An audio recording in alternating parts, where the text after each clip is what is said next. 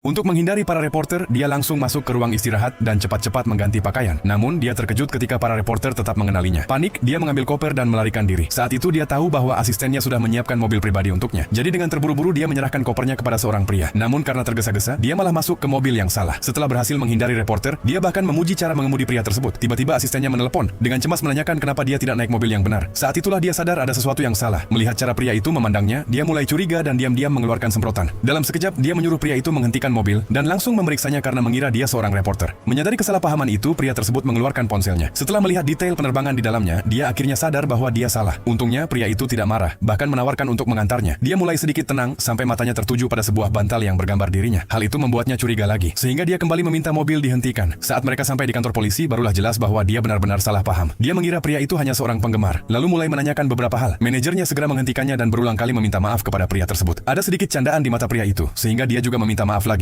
dan memberinya tanda tangan di atas tisu. Hal yang terlihat sederhana itu menjadi sangat berarti bagi pria tersebut. Sesampainya di rumah, pria itu menyimpan tisu bertanda tangan itu dengan hati-hati. Beberapa waktu kemudian, manajernya memberitahu bahwa dia harus menghadiri sebuah acara amal. Dia terkejut ketika mengetahui bahwa dia akan dipasangkan dalam satu tim dengan pria yang sama. Dalam perjalanan, dia sengaja memulai percakapan untuk memahami niat pria tersebut. Tiba-tiba terjadi tanah longsor. Sebelum dia sempat bereaksi, pria itu berhasil mengendalikan mobil dan keluar dari bahaya. Namun, sebuah rumah di pinggir jalan runtuh. Mereka memarkir mobil dan pergi untuk melihat situasi. Untungnya, pria itu ternyata seorang dokter. Hujan mulai turun dan rumah itu bisa runtuh kapan saja. Untuk mencegah kondisi korban semakin buruk, mereka memberikan pertolongan pertama dan melindungi mereka dari hujan dengan tubuh mereka sendiri. Menjelang malam, tim penyelamat akhirnya datang. Dengan bantuan mereka, semua orang berhasil dievakuasi dengan selamat. Dia sangat kelelahan hingga akhirnya pingsan dan jatuh langsung ke dalam pelukan pria itu.